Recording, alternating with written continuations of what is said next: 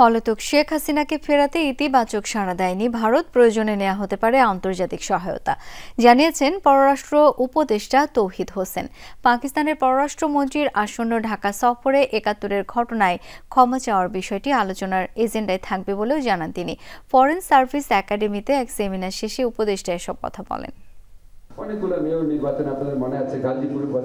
Foreign service একাডেমিতে আয়োজিত জুলাই গণ অভ্যুত্থান শীর্ষক সেমিনার, এতে যোগ দিয়ে আইন উপদেষ্টা বলেন, নিশ্চিত মৃত্যু জেনেও জুলাই গণ অভ্যুত্থানে অংশ নিয়েছিল সাধারণ মানুষ। মানুষের এমন ক্ষোভের কারণ উপলব্ধি করতে পারলেই রাষ্ট্র সংস্কার সহজ হয়ে যাবে বলে মনে করেন তিনি।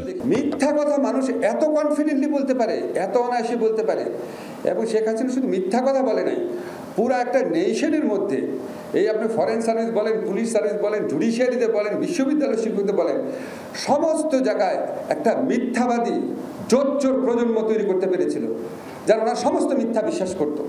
পরে পররাষ্ট্র উপদেষ্টা তৌহিদ হোসেন কথা বলেন গণমাধ্যমের সঙ্গে, বলেন শেখ হাসিনাকে ফেরত চাইলে ইতিবাচক সাড়া দেয়নি ভারত। পাকিস্তানের পররাষ্ট্রমন্ত্রীর সফরে মহান মুক্তিযুদ্ধে গণহত্যার জন্য দেশটির ক্ষমা চাওয়ার বিষয়টিও আলোচনায় থাকবে বলে উল্লেখ করেন পররাষ্ট্র উপদেষ্টা।